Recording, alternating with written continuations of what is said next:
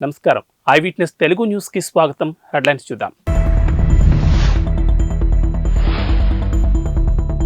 అయోధ్య ప్రాణ ప్రతిష్టాపన కార్యక్రమానికి విరాట్ కోహ్లీ పర్మిషన్ ఇచ్చిన బీసీసీఐ. పాకిస్తాన్లోని ఉగ్రవాద స్థావరాలపై క్షిపణులతో విరుచుకుపడ్డ ఇరాన్. పదవులు వస్తాయి పోతాయి, కానీ ఎంత మంచి పని చేశామన్నదే ముఖ్యం. కేటీఆర్. ఈ నెల 22న అత్యంత వైభవపేతంగా జరగనున్న అయోధ్య ప్రాణప్రతిష్ఠ కార్యక్రమానికి team India star cricketer Virat Kohli హాజరవడం ఖరారైనట్లు తెలుస్తోంది. ఈ మేరకు విరాట్ అభ్యర్థనను బీసీసీఐ పరిగణలోకి తీసుకుని అనుమతి ఇచ్చినట్లుగా తెలుస్తోంది. ఈ నెల 21న ప్రాక్టీస్ సెషన్ అనంతరం కోహ్లీ టీమిండియా శిబిరం నుంచి బయలుదేరి మరుసటి రోజు అయోధ్య చేరుకోనున్నాడని క్రిక్ బజ్ రిపోర్ట్ పేర్కొంది. ఈ మేరకు బీసీసీఐ అనుమతిచ్చిందని తెలిపింది. కాగా ప్రాణప్రతిష్ఠ కార్యక్రమానికి ఆహ్వానం పొందిన క్రికెటర్లలో కోహ్లీతో పాటు మాజీ దిగ్గజాలు సచిన్ టెండూల్కర్, ఎంఎస్ ధోనీతో పాటు పలువురు దిగ్గజాలు ఉన్నారు. కాగా భారత్ వర్సెస్ ఆఫ్ఘనిస్తాన్ మధ్య జరుగుతున్న 3 మ్యాచ్ల టీ20 సిరీస్ నేడు జరగనున్న చివరి మ్యాచ్తో ముగిసిపోనుంది.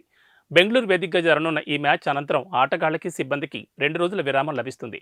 అనంతరం ఇంగ్లాండ్తో జరగనున్న 5 టెస్టుల సిరీస్కు సన్నాహకాలు మొదలుకానున్నాయి. తొలి టెస్టుకు వేదికైన హైదరాబాద్ చేరుకుని టీమిండియా ఆటగాళ్లు ప్రాక్టీస్ చేయాల్సి ఉంది. అయితే ప్రాణప్రతిష్ఠ కార్యక్రమానికి వెళ్తుండటంతో కోహ్లీ ఒకరోజు ప్రాక్టీస్ సెషన్కు దూరం కానున్నాడు. మరోవైపు తొలి టెస్ట్ ఆరంభానికి 3 రోజుల ముందు ఇంగ్లాండ్ టీం భారత్కు చేరుకోనుంది. పాకిస్తాన్లోని ఉగ్రవాద స్థావరాలే లక్ష్యంగా ఇరాన్ విరుచుకుపడింది. భారీ క్షిపణులు, డ్రోన్లతో మంగళవారం మెరుపుదాడి చేసింది. పాక్లోని బలూచిస్తాన్ ప్రావిన్స్లో సరిహద్దుల వెంబడి ఉగ్ర కార్యకలాపాలు నిర్వహిస్తున్న తీవ్రవాద సంస్థ జైష్ అల్ అద్ల్ స్థావరాలే టార్గెట్గా ఈ దాడులు చేసింది. క్షిపణులు, డ్రోన్లను ఉపయోగించి చేసిన ఈ దాడుల్లో 2 ప్రధానమైన బేసులు ధ్వంసమయ్యాయని ఇరాన్ ప్రభుత్వ మీడియా సంస్థ ఐఆర్ఎన్ఏ తెలిపింది. సంస్థకు చెందిన అతిపెద్ద కార్యాలయం ధ్వంసమైందని తెలిపింది. అయితే పాకిస్తాన్ ఈ దాడిని ఇంకా అంగీకరించలేదు. కాగా సున్నీ మిలిటెంట్ గ్రూప్ అయిన జైష్ అల్ అద్ల్ పాకిస్తాన్ సరిహద్దు ప్రాంతాల్లో కార్యకలాపాలు నిర్వహిస్తోంది. కాగా 2012లో ఏర్పడిన జైష్ అల్ అద్ల్ను ఇరాన్ ఉగ్రవాద సంస్థగా గుర్తించింది. కొన్నేళ్ల వ్యవధిలో ఇరాన్ భద్రతా బలగాలపై దాడులకు పాల్పడిన చరిత్ర ఉండడంతో దీనిని ఉగ్ర సంస్థగా ప్రకటించింది. కాగా ఇరాక్లోని కుర్దిష్ ప్రాంతంలో ఉన్న ఇజ్రాయెల్ గూఢచార ప్రధాన కార్యాలయంపై ఇరాన్ రెవల్యూషనరీ గార్డ్స్ దాడి చేసిన రోజే పాకిస్తాన్లోని ఉగ్ర స్థావరాలపై దాడులు జరగడం గమనార్హం. పదవులు వస్తాయి పోతాయి, పదవులు శాశ్వతం కాదు. పదవిలో ఉన్నప్పుడు ఎంత మంచిగా పనిచేశారన్నదే ముఖ్యమని బీఆర్ఎస్ వర్కింగ్ ప్రెసిడెంట్ కేటీఆర్ అన్నారు. సిరిసిల్ల నియోజకవర్గంలోని సర్పంచులు విజయవంతంగా 5 ఏళ్ల పదవీ కాలాన్ని పూర్తి చేసుకుంటున్న సందర్భంగా జిల్లా కేంద్రంలో సర్పంచుల ఆత్మీయ సత్కారం ఏర్పాటు చేశారు. ఈ కార్యక్రమంలో పాల్గొన్న కేటీఆర్ మాట్లాడుతూ బీఆర్ఎస్ సర్పంచుల కృషి వల్లే తెలంగాణలోని ఎన్నో గ్రామాలకు జాతీయ స్థాయి అవార్డులు వచ్చాయన్నారు. సర్పంచులకు పెండింగ్ బిల్లులను ఇప్పించేందుకు ప్రతిపక్షంగా పోరాడతామని చెప్పారు. వేములవాడ నియోజకవర్గంలోని చందుర్తి మండలం మాల్యాల గ్రామాల్లో నిర్వహిస్తున్న కేసీఆర్ కప్ ఉమ్మడి కరీంనగర్ జిల్లా ఆహ్వానిత వాలీబాల్ టోర్నమెంట్ను బీఆర్ఎస్ నియోజకవర్గ ఇన్ఛార్జ్ చల్మడి లక్ష్మీ నరసింహారావు, మాజీ ఎంపీ వినోద్ కుమార్లతో కలిసి కేటీఆర్ ప్రారంభించారు. ఈ సందర్భంగా ఆయన మాట్లాడుతూ జీవితంలో రాజకీయాల్లో ఎదురుదెబ్బలు సహజమన్నారు. గోడ కట్టిన రబ్బర్ బంతి తరహాలో మళ్లీ తప్పకుండా తిరిగి వస్తామన్నారు. సోషల్ మీడియాలో వైరల్ అవుతున్న ఓ వీడియోను ప్రముఖ వ్యాపారవేత్త ఆనంద్ మహీంద్ర షేర్ చేశారు. నదులు, జలాశయాల్లోనూ, బురద ప్రాంతాల్లోనూ ఇసుక తిన్నెలపైన ఓ కన్వేయర్ బెల్ట్ వంటి ట్రాక్ను ఉపయోగించుకుని పలు రకాల వాహనాలు సునాయాసంగా ముందుకు వెళ్లడాన్ని ఈ వీడియోలో చూడొచ్చు. దీన్ని రోడ్వే కిట్గా పేర్కొన్నారు. ఓ జేసీబీ, కొన్ని యుద్ధ ట్యాంకులు, ఇతర వాహనాలు కూడా ఈ కన్వేయర్ బెల్ట్ తరహా రోడ్వే కిట్ను ఉపయోగించుకుని ఎలాంటి అవాంతరాలు లేకుండా ప్రయాణించాయి. దీనిపై ఆనంద్ మహీంద్ర స్పందించారు. దీన్ని చూస్తుంటే సంభ్రమాశ్చర్యాలు కలుగుతున్నాయని తెలిపారు. ఈ ఐడియాను భారత సైన్యం కూడా పరిగణలోకి తీసుకుంటే ఎలా ఉంటుందా అని ఆలోచిస్తున్నానని పేర్కొన్నారు. అప్పుడు మన సైన్యం కఠినమైన ప్రాంతాల్లోనూ అడ్డంకులు లేకుండా ముందుకు వెళ్లడం సాధ్యమవుతుందని ఆనంద్ మహీంద్ర అభిప్రాయపడ్డారు. అంతేకాదు, రవాణా సౌకర్యాలు లేని మారుమూల ప్రాంతాలకు ఉపయుక్తంగా ఉంటుందని, ప్రకృతి విపత్తులు సంభవించినప్పుడు సహాయక చర్యలకు కూడా ఈ వినూత్న ఆవిష్కరణ ఉపయోగపడుతుందని వివరించారు. వరంగల్ మహానగరంలో చరిత్ర ప్రసిద్ధిగాంచిన శ్రీ భద్రకాళి దేవస్థానాన్ని టాలీవుడ్ ప్రముఖ హీరో శ్రీకాంత్ కుటుంబ సమేతంగా సందర్శించారు. ఆలయానికి విచ్చేసిన శ్రీకాంత్, ఓహా దంపతులకు దేవాలయ కార్యనిర్వహణాధికారి శేషుభారతి, దేవాలయ అర్చకులు స్వాగతం పలికారు. ఆదిశంకరులను, వల్లభ గణపతిని దర్శించిన అనంతరం ఆలయంలోకి విచ్చేసి అమ్మవారికి ప్రత్యేక పూజలు నిర్వహించారు. పూజ అనంతరం శ్రీకాంత్, ఓహా దంపతులకు అర్చకులు మహదాశీర్వచనం నిర్వహించి ఈవో శేషుభారతి అమ్మవారి శేషవస్త్రాలు బహుకరించి ప్రసాదం అందజేశారు. ఈ కార్యక్రమంలో పలువురు పాల్గొన్నారు.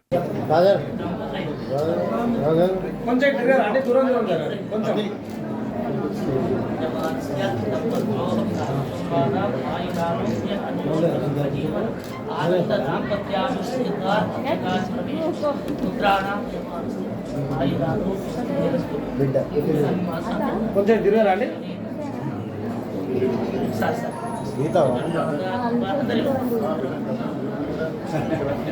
కొంచెం అందరూ ఒక సైడ్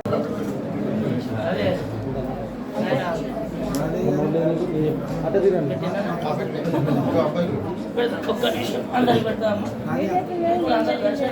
అయ్యా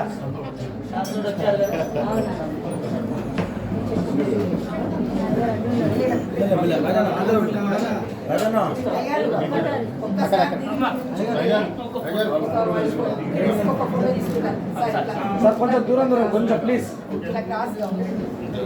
ఓకేనా రాజన్న కొంచెం అఖిల్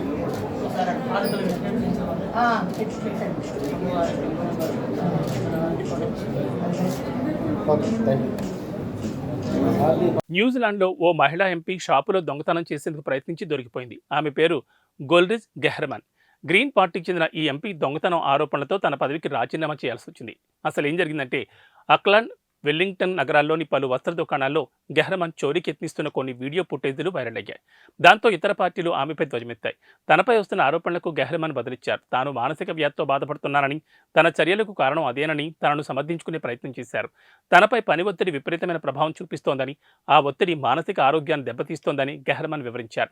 కొన్నిసార్లు తన వాస్తవ మనస్తత్వానికి భిన్నంగా కొన్ని పనులు చేసేలా ఆ మానసిక ఒత్తిళ్లు దారితీస్తున్నాయని వెల్లడించారు. ఈ సంక్రాంతికి మెగా అల్లు వారి కుటుంబ సభ్యులు బెంగళూరు వెళ్లి అక్కడి ఫామ్ హౌస్ లో సంబరాలు జరుపుకున్నారు. మెగాస్టార్ చిరంజీవి, సురేఖ, అంజనాదేవి, రామ్ చరణ్, ఉపాసన, క్లింకార, అల్లు అరవింద్, నాగబాబు, అల్లు అర్జున్, స్నేహారెడ్డి, వరుణ్ తేజ్, లావణ్య త్రిపాఠి, సాయి తేజ్, వైష్ణవ్ తేజ్, సుస్మిత, శ్రీజ, నీహారిక, అఖిర, ఆద్య, చిరంజీవి చెల్లెమ్మలు ఇలా మెగా అల్లు ఫ్యామిలీ మెంబర్స్ అంతా ఒకచోట చేరి హాయిగా ఎంజాయ్ చేశారు. నేటితో సంక్రాంతి సంబరాలు ముగియడంతో బెంగళూరు నుంచి అందరూ తిరుగు పయనమయ్యారు. చిరంజీవి, సురేఖ, రామ్ చరణ్, ఉపాసన హైదరాబాద్ తిరిగొచ్చారు. ఎయిర్పోర్ట్లో వారిని కెమెరాలు క్లిక్ మనిపించాయి. కాగా చిరంజీవి 150వ చిత్రం విశ్వంభర ప్రస్తుతం సెట్స్ పై ఉంది. వెకేషన్ ముగియడంతో ఆయన కూడా చిత్రీకరణలో పాల్గొనున్నారు. బింబిసారా ఫేమ్ వశిష్ఠ దర్శకత్వంలో తెరకెక్కుతున్న విశ్వంభర చిత్రం ప్రస్తుతం మారేడుమిల్లి ప్రాంతంలో షూటింగ్ జరుపుకుంటోంది. ఇక రామ్ చరణ్ ప్రస్తుతం శంకర్ దర్శకత్వంలో గేమ్ చేంజర్ చిత్రంలో నటిస్తున్నారు. దిల్ రాజ్ నిర్మాతగా తెరకెక్కుతున్న గేమ్ చేంజర్ పై భారీ అంచనాలున్నాయి. గేమ్ చేంజర్ చిత్రం పూర్తయితే బుచ్చిబాబు, సానా దర్శకత్వంలో క్రీడా నేపథ్యం ఉన్న సినిమాలో రామ్ చరణ్ నటించనున్నారు. బీజేపీ రాజ్యసభ సభ్యుడు జీవీఎల్ నరసింహారావు విశాఖలో మహాసంక్రాంతి సంబరాల్లో ఎంతో ఉత్సాహంగా పాల్గొన్నారు. ఈ మహాసంక్రాంతి సంబరాలకు నేడు ముగింపు రోజు. ఈ సందర్భంగా జీవీఎల్ ఓ రిక్షా కార్మికును కూర్చోబెట్టుకుని రిక్షా తొక్కారు. సంప్రదాయ పంచకట్లో ఉన్న జీవీఎల్ నడుముకు కండువా బిగించి రిక్షా తొక్కారు. అనంతరం ఆ రిక్షా కార్మికుడికి డబ్బులిచ్చారు. దీనికి సంబంధించిన వీడియోను జీవీఎల్ తన ఫేస్బుక్ అకౌంట్లో పంచుకున్నారు. విశాఖలో మహాసంక్రాంతి సంబరాలు నేటితో ముగియనున్న నేపథ్యంలో రిక్షా కార్మికుడు పెంటయ్యను అతని రిక్షాలను ఎక్కించుకుని తొక్కాను. తన రిక్షా తొక్కే అవకాశం నాకు ఇచ్చినందుకు అతనికి రుసుం చెల్లించానని జీవీఎల్ వివరించారు. ఖలిస్తానీ ఉగ్రవాది హర్దీప్ సింగ్ నిజ్జార్ హత్య వ్యవహారంతో తలెత్తిన భారత్ కెనడా వివాదం అక్కడికి వెళ్లే భారతీయ విద్యార్థులపైన గట్టి ప్రభావం చూపించింది. కెనడా స్టడీ పర్మిట్ల సంఖ్యను భారీగా తగ్గించడంతో అక్కడికి వెళ్లే విద్యార్థుల సంఖ్య గణనీయంగా పడిపోయింది. గత ఏడాది 4వ త్రైమాసికంలో భారతీయ విద్యార్థులకు కెనడా జారీ చేసిన స్టడీ పర్మిట్ల సంఖ్య భారీగా తగ్గింది. అంత క్రితం త్రైమాసికంతో పోలిస్తే ఏకంగా 86% తగ్గుదల నమోదైంది. గత ఏడాది 4వ త్రైమాసికంలో స్టడీ పర్మిట్ల సంఖ్య 14,910 ఉండగా 3వ త్రైమాసికంలో ఈ సంఖ్య 108,940గా ఉందని అధికారిక గణాంకాలు చెప్తున్నాయి. ఈ స్థాయిలో తగ్గుదలపై ఒట్టావాలోని high commission of India counsellor Gurus Subramanian స్పందించారు. ఇటీవల ఇరు దేశాల మధ్య ఉద్రిక్తపూరిత వాతావరణం, కెనడాలోని విద్యా సంస్థల్లో సౌకర్యాల కొరత కారణంగా విద్యార్థులు ఇతర ప్రత్యామ్నాయ దేశాల వైపు మొగ్గు చూపుతున్నారని విశ్లేషించారు. అయోధ్య రామమందిర ప్రారంభోత్సవానికి ఏర్పాట్లు ముమ్మరంగా సాగుతున్నాయి. ఇక రాముడి విగ్రహ ప్రతిష్టాపనకు సంబంధించిన కార్యక్రమాలు ఇప్పటికే ప్రారంభమై కొనసాగుతున్నాయి. ఈ క్రమంలోనే అయోధ్య ఉత్సవాల్లో నేడు కీలక ఘట్టం చోటు చేసుకున్నది. అయోధ్య గర్భగుడిలో ప్రతిష్ఠించనున్న రామ్లల్లా విగ్రహాన్ని నేడు మందిరంలోకి తీసుకురానున్నారు. రాముడి విగ్రహాన్ని ఊరేగింపుగా అయోధ్యకు తీసుకురానున్నట్లు ఆలయ ట్రస్ట్ పేర్కొంది. అయితే కర్ణాటక శిల్పి చెక్కిన రాముడి విగ్రహం అయోధ్యలో కొలువు తీరనున్నట్లు ఇప్పటికే ప్రకటించిన ట్రస్ట్ ఆ ఫోటోను మాత్రం ఇంకా విడుదల చేయలేదు. మంగళవారం నుంచి అయోధ్యలో శ్రీరాముడి విగ్రహ ప్రతిష్టాపన క్రతువులు మొదలయ్యాయి. ఇక ఇవాళ రామ్లల్లా విగ్రహం ఊరేగింపుగా అయోధ్యకు చేరుకోనుంది. అయోధ్య ప్రాణప్రతిష్ఠ కార్యక్రమం ఆహ్వాన పత్రికలపై బాలరాముడి రూపాన్ని ముద్రించారు. మరోవైపు కేంద్ర మంత్రి ప్రహ్లాద్ జోషి కూడా ఇటీవల సీతారామ, లక్ష్మణుడు, హనుమంతుడు ఉన్న ఓ ఫోటోను ట్వీట్ చేయడం సంచలనంగా మారింది. అదే విగ్రహాన్ని అయోధ్య రామమందిరంలో ప్రతిష్ఠించనున్నారని సోషల్ మీడియాలో జోరుగా ప్రచారం సాగుతోంది. ఇవి బులెటిన్ విశేషాలు. నమస్కారం.